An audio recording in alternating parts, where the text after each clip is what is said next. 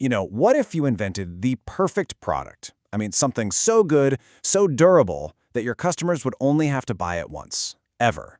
Sounds like a dream, right? Well, what if that dream product is actually a business nightmare, one that could completely destroy your company? That's the huge paradox we're going to dive into today. This is a classic case study that forces us to throw out everything we think we know about cost, price, and especially value. So let's break it down. All right, here's our game plan. First, we'll get into the problem itself, this crazy 500-year situation.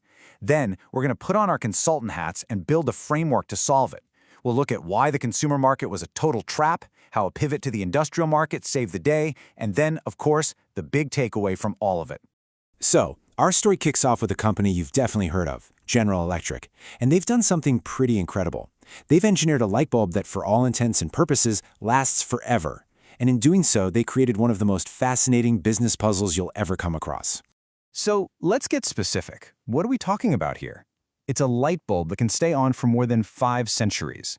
It performs just like a normal bulb, so no downsides there, and GE has a patent in the works, so they have zero competition. I mean, on paper, this thing is absolutely perfect. But its perfection, well, that's the whole problem. Now, with a problem this tricky, you can't just guess. You need a system. So we're going to approach this like a top-tier management consultant, using a framework called MEIS.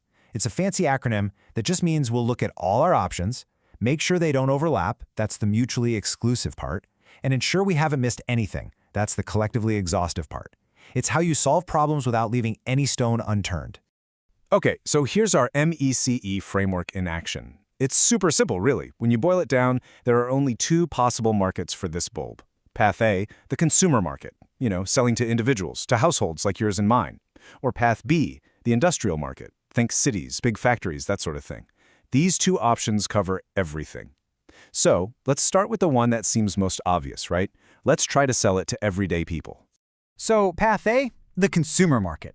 I mean, at first glance, this seems like a total no-brainer. Everybody uses light bulbs. But, as we're about to find out, this path, it's not a path to success. It's actually a trap. And here's the first big red flag, the cost. A regular, old-school light bulb costs GE just 5 cents to make. This new eternal bulb, it costs $5. That is a 100 times increase in the basic cost, and that difference is going to cause a huge ripple effect all the way down the line. See, if GE just sticks with its usual way of doing things, selling to a distributor who marks it up and sells to a retailer who marks it up again, that initial $5 cost just balloons.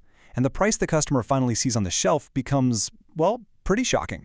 You end up with a single light bulb that costs $75. I mean, seriously, think about it. Be honest. Even if it lasts forever, would you really pay $75 for one light bulb? I'm guessing for almost everyone, the answer is a hard no. That upfront price tag is just way too steep, no matter how long it lasts. And here's the real kicker. This quote sums up the strategic nightmare perfectly. It's a thing called cannibalization. Every single time GE sells one of these forever bulbs, they are literally wiping out decades of future sales for themselves.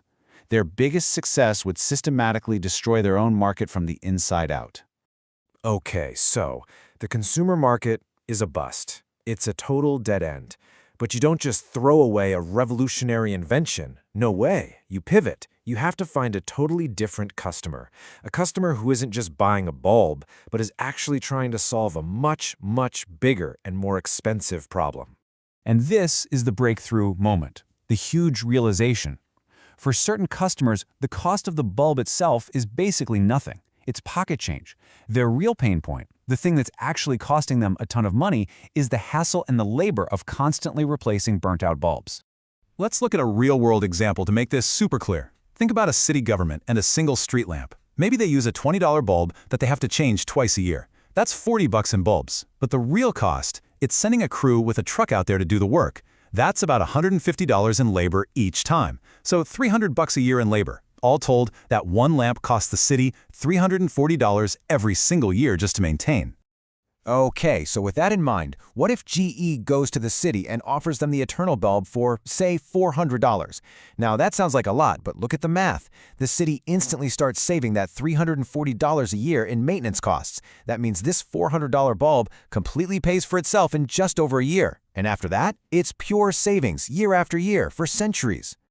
And just like that, the whole conversation changes. That $400 price tag, which was insane for you and me, is an absolute bargain for an industrial client. It's not a cost, it's an investment with a fantastic return. GE stopped selling a product and started selling a solution. That's the essence of value-based pricing. So, what's the big lesson we can pull from this whole light bulb saga? Well, the principles here are huge. They're fundamental to business strategy, and you can apply them to pretty much anything. Here are the big ones. First, price your product based on the value it delivers to the customer, not just what it costs you to make. Second, you have to dig deep and find the customer's true pain point. It's almost never what you think it is on the surface. Don't be afraid to completely change direction and pivot to a new market. And always be wary of a business model that eats its own future. And that really brings us to the final question, doesn't it? This whole way of thinking isn't just about light bulbs. It applies everywhere.